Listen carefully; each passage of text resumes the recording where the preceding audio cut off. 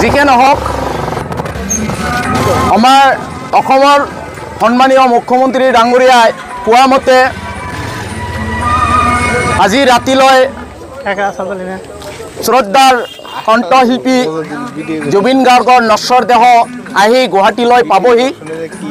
আমি যুৱচামৰ পৰা আমি এই বজাৰখনৰ ব্যৱসায়ী সন্থাৰ সভাপতি সম্পাদকক আমি এটাই অনুৰোধ জনাম যে তেখেতৰ নশ্বৰ দেহৰ তেখেতৰ আত্মাৰ যেদিনা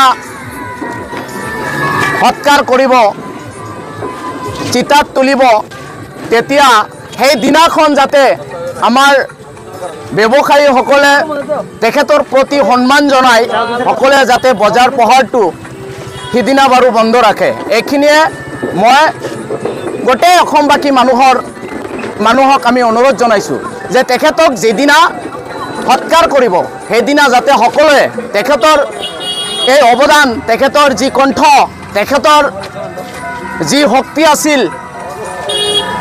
সকলোৰ প্ৰতি সন্মান জনাই জুবিন গাৰ্গ ডাঙৰীয়াই আমাৰ মাজত যে নাই এই কথাটো সকলোৱে স্মৰণ কৰি আমি যাতে তেখেতক সন্মান জনাই সেইদিনা বাৰু আমি সকলোৱে দোকান পোহাৰখিনি বন্ধ ৰাখোঁ।